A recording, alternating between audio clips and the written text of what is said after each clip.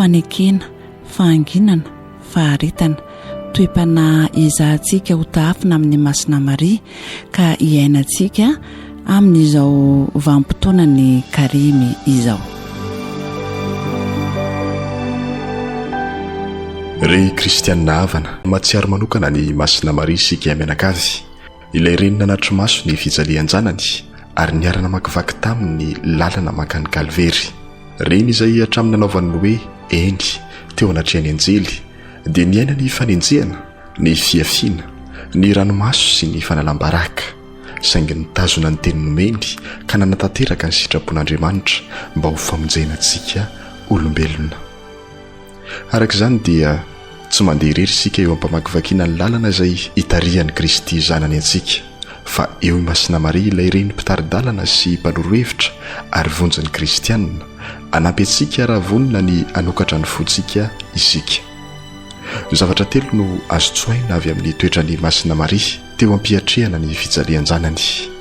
Ny voalohany dia ny fanekena, ny faharoa ny fahanginana izay hita taratra ihany koa ary mampiavaka manokana ny Masina Josefa, ary ny fahatelo dia ny faharetana.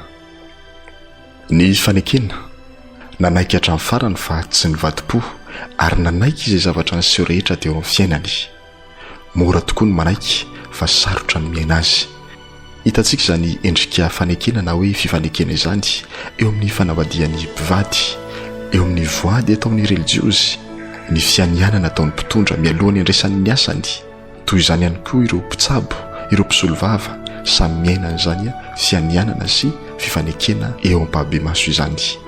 Samy mezaka sy manaja ary miaina ny fianianana nataony ny tsirairay, na eo amin'ny asa na eo amin'ny safidim-piainana no safidiny, satria miendrika iraka izy ireny ary didy voalohan'izay irana ny manatanteraka ny sitrapon'ilay mpaniraka mba ho mendrika ny karamany mpiasa.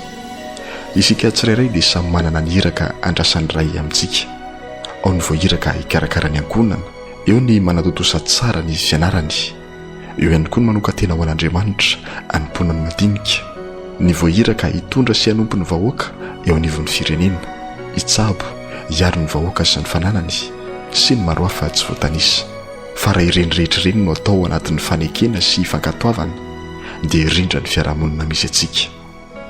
Ny toetra faharoa dia ny fahanginana, isan'ny toetra anankiray mety tsy voalaza loatra mahakasika ny Masina Maria. Ny fahanginana izay toetra manosika andinika manoloana ny fanapa-kevitra lehibe ho raisiny. Fahanginana manome lanja ny sofina iaino fa tsy ny vava hiteny mandrakariva. Fahanginana milaza fankatoavana fa vonina natanteraka izay nandrahana azy. Raha mandinika ny Baiboly isika dia hita taratra ny asarobidin'ny fahanginana ao amin'ny bokin'ny fahendrena 17:4. Tamin'izany raha sarona ny fahanginana lehibe ny tany manontolo dia natratra ny antsasadalany ny alina faingam-pandeha iny, dia niezaka avy ny atapon'ny lanitra ny teninao maefa ny zavatra rehetra.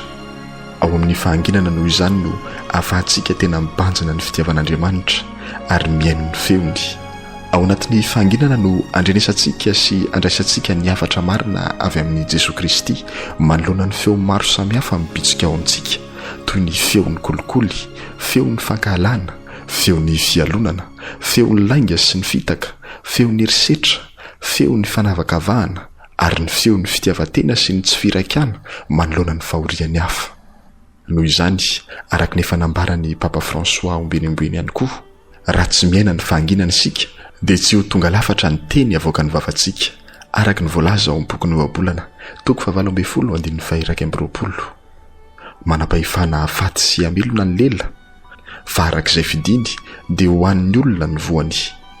Koa andeha haro velomintsika ilay fahanginana mba ho lasa tena mpamafy fiadanana sy fanantenana marina isika araka ny fanirian'ny Papa Ray Masina ho an'ny Madagasikara. Ary ny toetra fahatelo farany dia ny faharetana. Ny fitiavana no fototra iorenan'ny faharetana ary mampaharitra antsika amin'ny fijaliana matsedra maro samihafa izany.